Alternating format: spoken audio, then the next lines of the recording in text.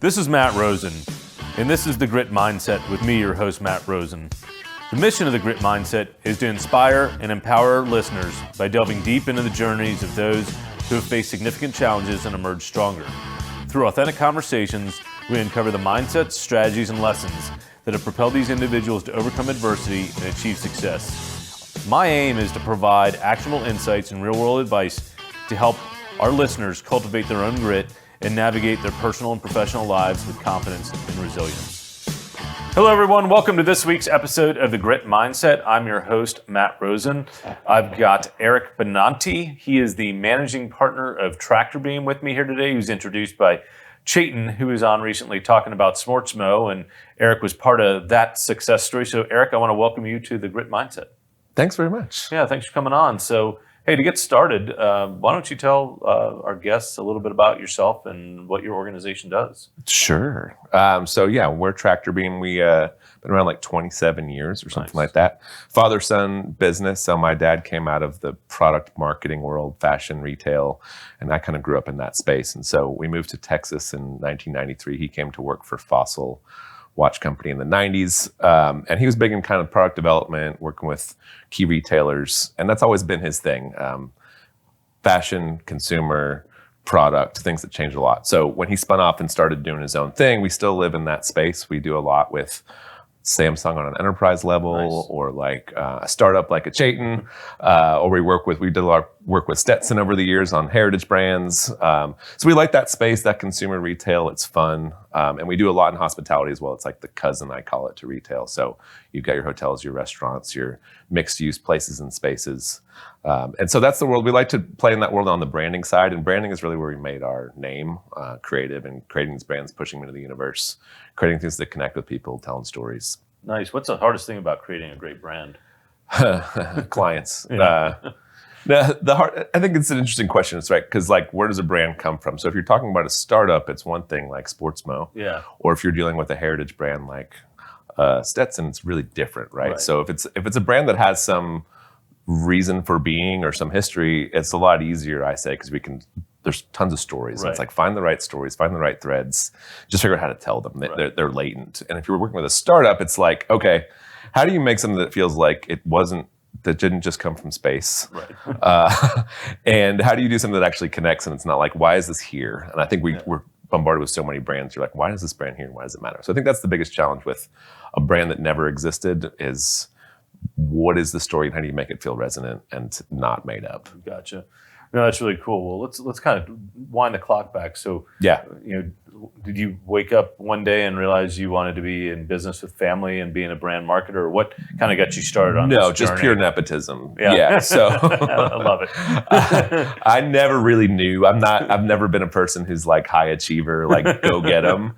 And so in college, I was a marketing major with this sick 2.6 GPA. Sweet. And it was awesome. I was like, I don't need to go to this class. I don't care about that. And I was always interested in what my dad did. And I figured, I could go maybe work there. And so I fucked around for a few years out of college and just kind of ended up like, okay, I'll join the family business and see what's up, with no real intent or knowledge of like where it was going to go. Yeah. So it wasn't like, this is my dream come true. It's like, oh, it's a family business. It's creative. It's cool. Yeah. I'll show up. Here we are. I've been there of the 27 years, I've been there 24 of them or something like that. So I guess here I am. Now, were you were in school, did you and your dad ever talk about starting an agency together? No, this was just, when he was at Fossil and he kind of just spun off and was doing pure consulting. It was really just hunt and kill project to project. I remember I was in college at the time and he'd keep me up to date on what he's doing. And he's like, I got this project with a former client doing a photo shoot or building a package for some product. And he's like, I just found a team to do this project. I brought them in. And then when that project ended, I let them go. I was like, oh, so you Tractorbeam in the right people? And he's like, that's a cool name. Let's call it Tractorbeam. So we didn't talk about starting an agency, but it just kind of happened that way in that time period. And then it became a going concern. You had to have payroll and all those things. But we still kind of have that scrappy mentality where it's like, find the project, find the right people, find the right team, execute it. So that's kind of cool. So that's where the name came up. That's where the name came from. And our de facto tagline is not about tractors, which from the early days, we had a fax machine in those days and we'd get like hits for John Deere parts coming through all the time. So not about tractors was kind of our wink too. That's not what we're actually about. But in this market, it kind of hits with a lot of people when it's fun. Tractor mentions. Yeah. So, you went to college, had a good time, bounced around a little bit. What was the point where you decided, hey, I want to be part of the family business and help grow it? I don't think that was ever a decision I made. Yeah. I think sometimes decisions happen to you, whether you do anything about it or not. So it was more just like, need a job. Yeah. I can go work there in a school. So it was never like, oh yeah, there was never like at the time some thought about legacy or whatever. Yeah.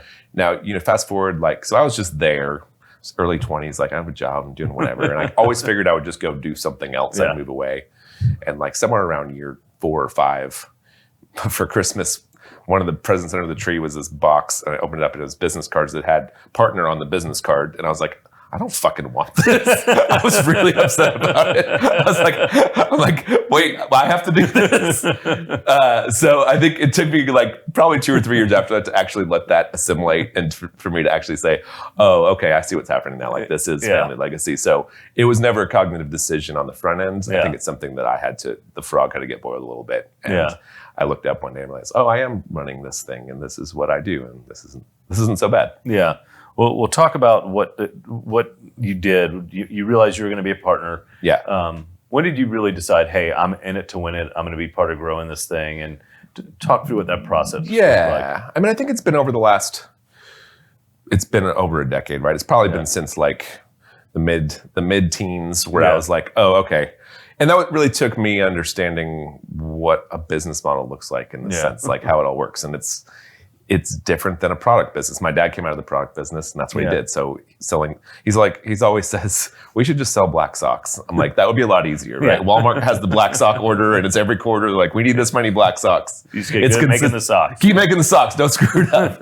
But in consulting, and you know this, it's like, you've got to find the next deal and it's always hunt and kill.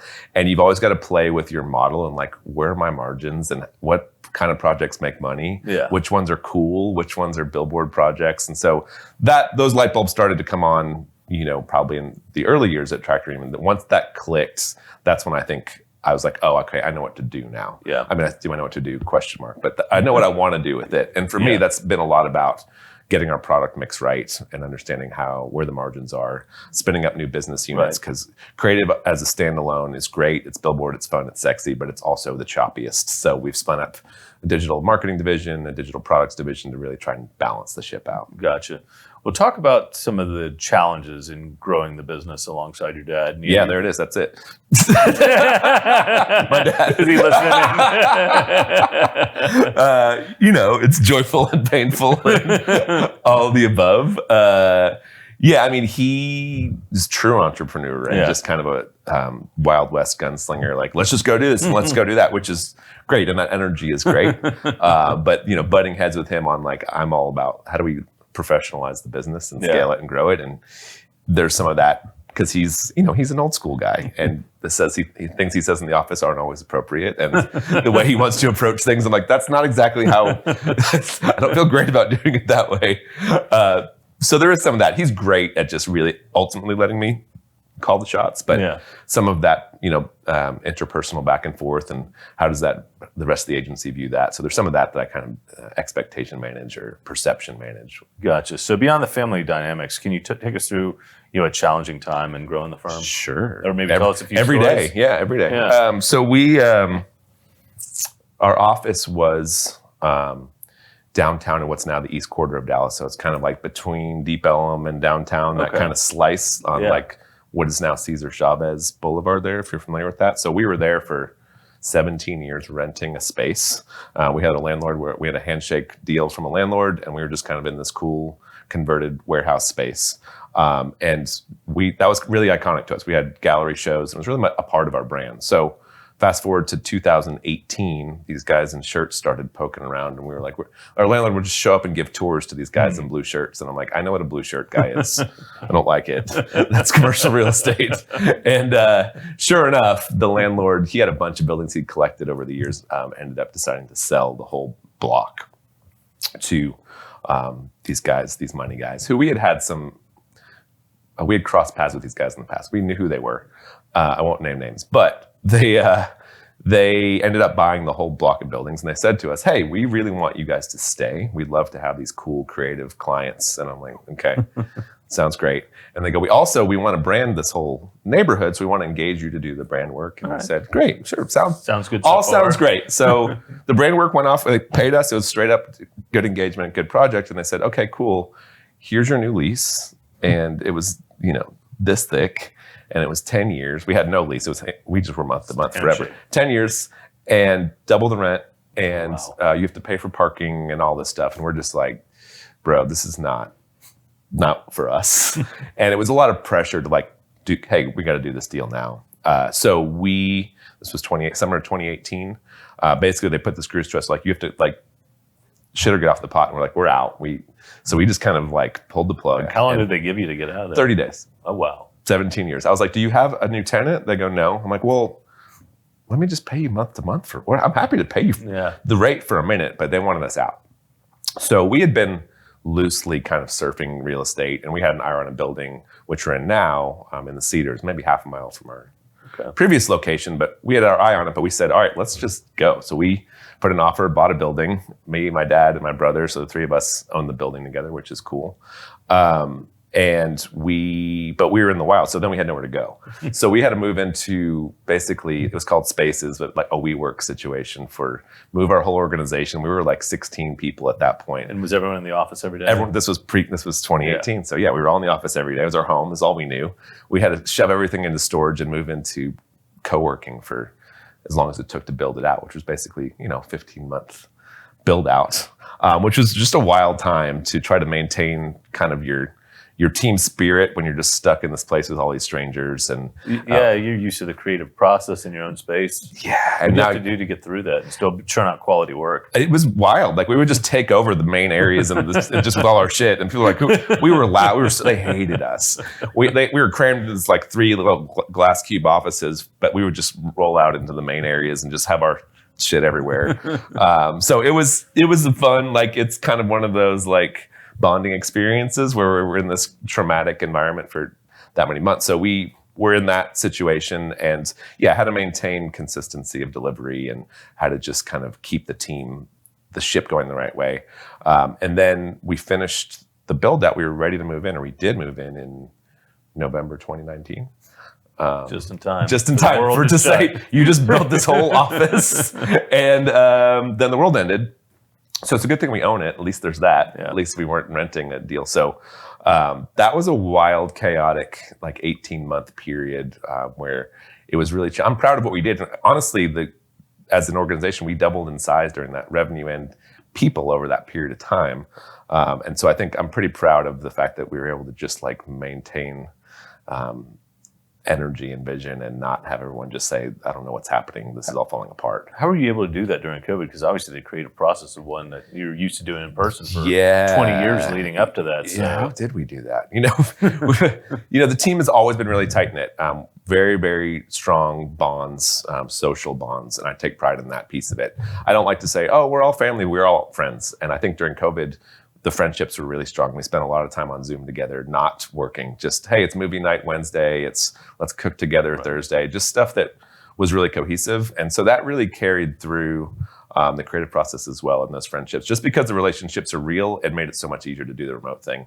And, now my dad hates this, but I don't make anyone really. We have a loose show up 2 days a week, but I also have a bunch of remote people who live in other cities. Yeah, same. And the creative process just works. If you have people who are good at what they do and they have strong relationships, I think it just works. Yeah. Well, that's great that you were able to come through that and double in size with the new building. Yeah. It was a wild ride.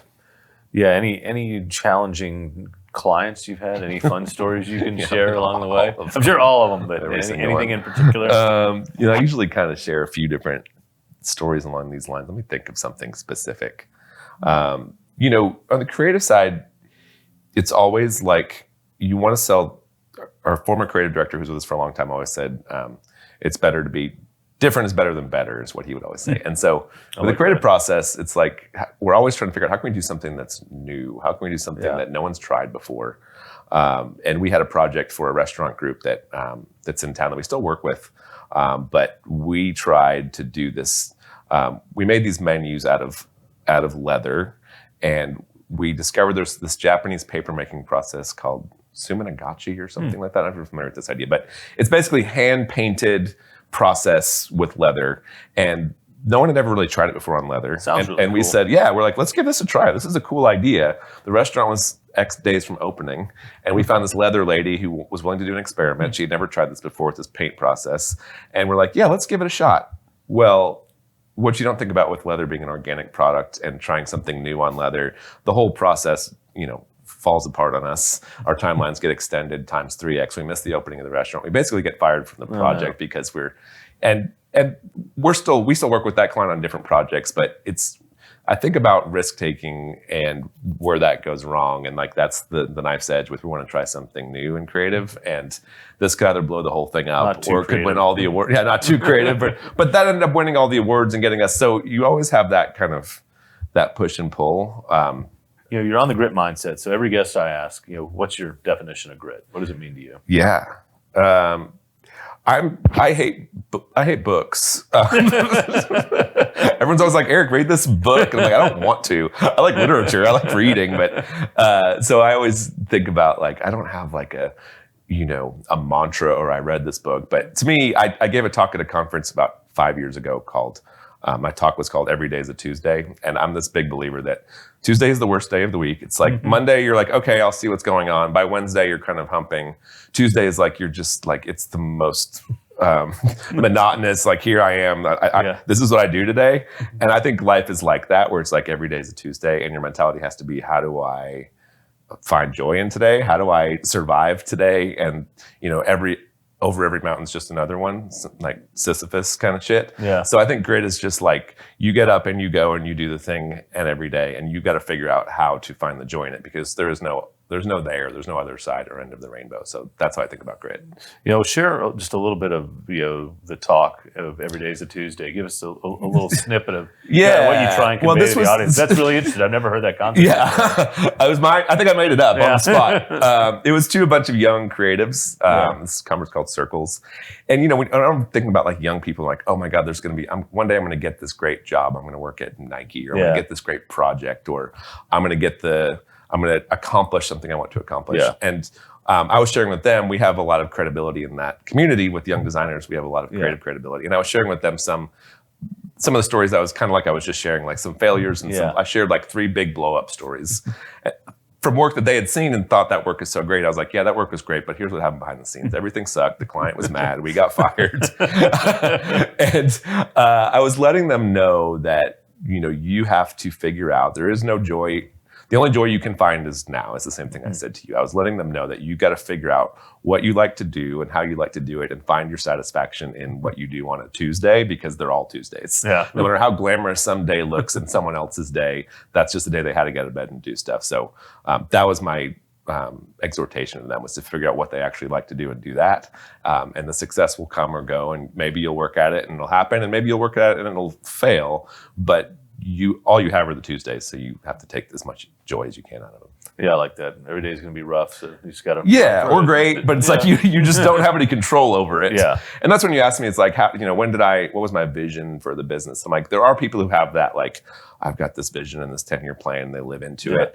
And there are other people who have that vision and plan and it goes sideways. And they all go, but actually I knew, I'm like, you didn't know shit. Like, you got up out of bed every day and you had a vector and you went that way, and maybe it worked or maybe it didn't. Or maybe I didn't have much of a vector. I was just kind of wandering around, and like, here I am too. So I think that you'll get there one way or the other. You'll end up somewhere, but you do have to get up and keep moving.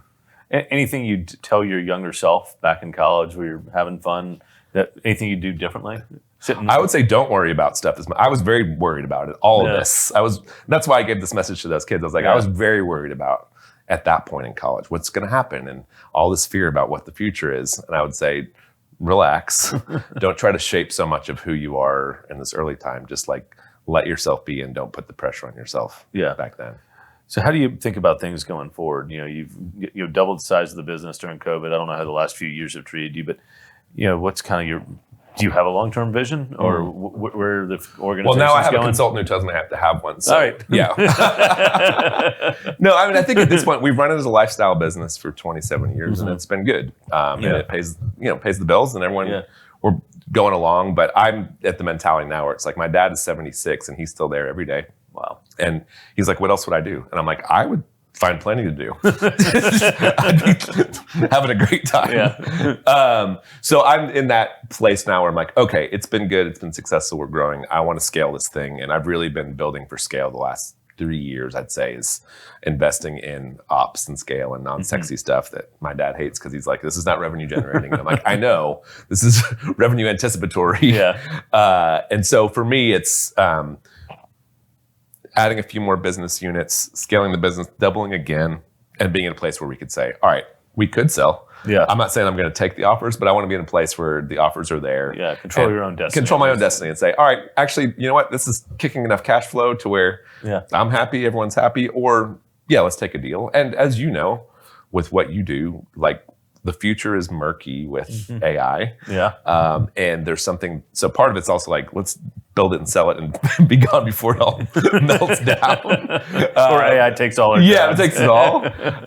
So that's right now, that's my vision is building for scale, getting my funnel bigger so that we can kind of be able to push that. I've got width on the pipe, but it's like getting enough flow now through the pipe. Well, and the challenge with any consulting type engagement, you're only as good as your last project, last deliverable. In clients, it goes through cyclical spend. It's miserable. Yeah, it is a grind. It's a grind, but we do it anyway. We do it anyway. My digital marketing division is a lot more stable revenue wise because it's like, it's year over year, it's month, it's turn the crank, here's my budget. As long as you're showing ROI, and it's easy, ROI is easy in that. Yeah. It's like, you gave me $1, I gave you $3. With creative, it's kind of like, what's the ROI? And it's tougher to get that recurring revenue with creative because the needs don't exist like that. Now, Samsung, they've got needs, right? So it's like, I can do retainer business with them, and all day long, there's shit they can throw at me. Well, it's nice that you figure out how to have a consistent stream of revenue where you get to do the fun stuff. Yeah, fun. The torture. So if you weren't doing this every day, and you had the ability, what would you be doing? Just get high and look at stuff. I travel a lot. Yeah. I always say I have no wife, no kids, no boss, no dog, and there's a reason. I'm a big just buy a plane ticket tomorrow and disappear. Yeah. And that's kind of my thing, and just show up and explore a new city. And I think as I look at my next 5 years, figuring out how I can be less physically present, still connected to the business, because it's easy enough to take my calls and do my thing, but I love exploring places and finding maybe a second home base and being able to figure out 1 foot into what is the retirement side of my existence. Favorite place you've ever been? That's complicated.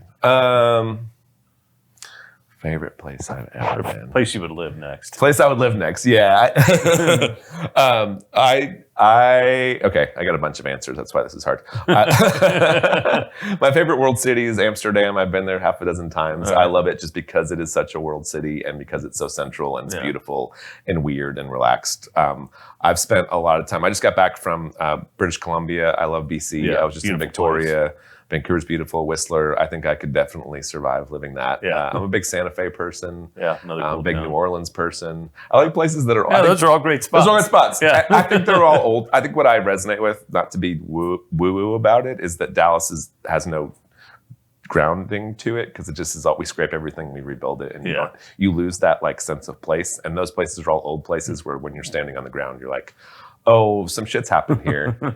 And that's how we think about, to go back to work side, that's what I was talking about. The hard, easy brands are ones like that. It's like brand Amsterdam, sure. Yeah. That there's millions of stories we can do that. But if it's brand Dallas, it's like, what are we about? Yeah. Let's great business. Let's get easy PR. To travel places. Yeah, Dallas is a great place to leave. That's what I say. That's the deal you need to get next is brand Dallas. Brand Dallas.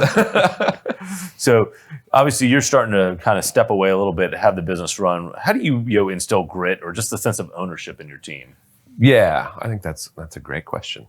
I think we have, I will say, I'm really proud that we have probably of my 45 people or so, I've got 10 people who have been with me 5 years plus, some of them 10, 15 years, which I'm really proud of in the sense that people like to be around, and there's a community and a culture. That's and great. so to me, that the grit is in the commitment to each other, and that it's really important. Like we all I expect a lot of my team is sort of working through their issues and finding common ground, and I don't let a lot of stuff fester. And so for me, that grit is in like, hey, how can I be a good teammate and a good part of this community?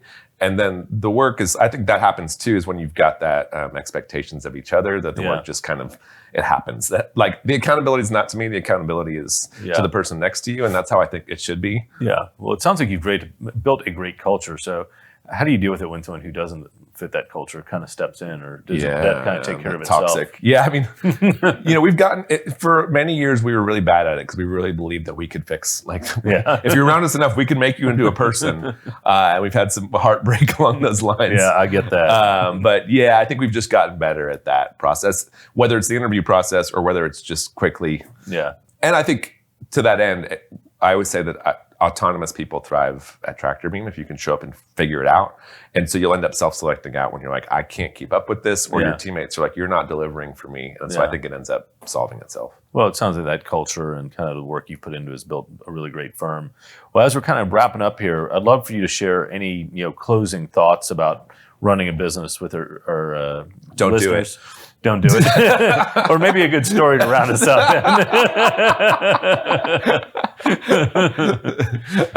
No, you were saying just closing thoughts on running a business. The closing thoughts running a business, being an entrepreneur. Is there anything I didn't ask you about that you would have liked to share? Let's see, what was I supposed to cover? I think that's the biggest thing to me is if you want to run a business, that it is a grind, and there is grit to it, and like it just is every day, and like the glamour of it, it's not like you may not see that. Like I have to really force myself to look back and be like, oh, we did accomplish a lot of things, because it feels like a beatdown when it's June and your revenue shit the bed for 3 months and you're like, what am I doing? And so I have to force myself to get some perspective on time. I've been doing it for 20 something years. And so to look at those ups and downs, I think is really important, because in the moment it's easy to lose hope, or to say this isn't working, or to say that we're the best thing that ever happened. I think those are both dangerous places to be. Yeah. Like I love that saying, mediocre plus is what I aim for. Like pretty good. And that's all I ever want to aim for. So and anything I thought of one other question, anything you're particularly proud of, a brand that you helped launch or something you've done that you're like, man, all this has been worth it because of that? No. I don't think, and I think that's important too, is like, that's what I've realized is people are like, what are you working on that you're excited about? I'm like, these days it's just numbers and people. Yeah. And which is like cynical, but also true in that I think I've been part of so many projects over the years, so many things that we've done, but you see them just kind of, you'll do something great, your product launches, it goes in the wild, and that place might close 5 years later. And you're like, what was the point of it? Was it real? Was it lasting?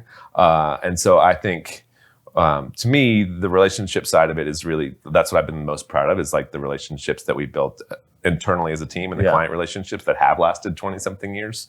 And then I can look back and say, oh, that was worth a damn. Yeah. Money comes, money goes. I always need money, but not yours, is what I say about a shitty client. So yeah, that's what I would say. Awesome. Well, hey, thank you so much for taking the time to come on the Grit Mindset, sharing your story. It's definitely been enlightening, interesting. Yeah, the whole consulting business, I always tell folks, be aware. Black socks. Yeah. Black socks be easier. Just Walmart to have that order every first of every month, produce the socks, get good margin, and go from there. Yeah.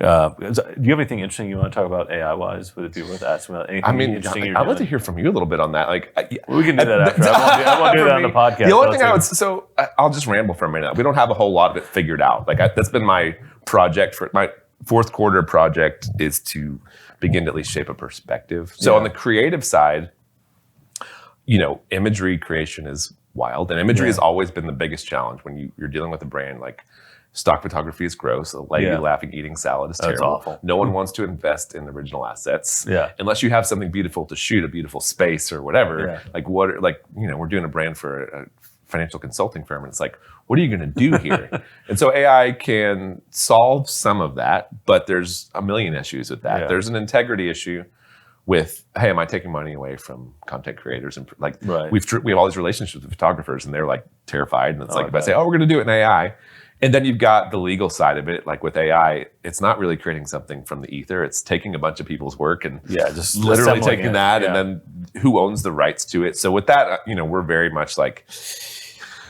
it can do a lot of work with concepting and trying to, because clients can't see until, so it's like, this is what it's going to look like. You can do that. The digital marketing side, I think, is where it's going to be fascinating, and where that goes. We do a lot of paid search, and paid search is the lowest hanging fruit for AI.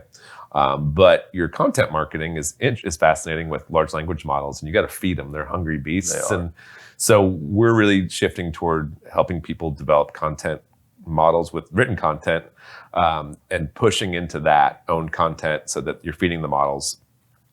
Developing lifestyle publications and things like that, are doing what you're doing here, is like the more content in the universe that we can feed those. And that's where my brain's been thinking from a consulting standpoint, is helping people to stay relevant that way. Well, it sounds like you're definitely getting ahead of it. So that's great. Yeah, we're doing our best. Yeah. It's gonna be an interesting ride. Well, for those listeners out there, want to thank you for tuning into this week's episode of The Grit Mindset. Thank you, Eric, for being my guest. It's great having you here today. If you want to look up Eric, we'll get the Tractorbeam website and link to Eric's social posted out there. So for everybody out there listening in, stay gritty. We'll talk to you next week.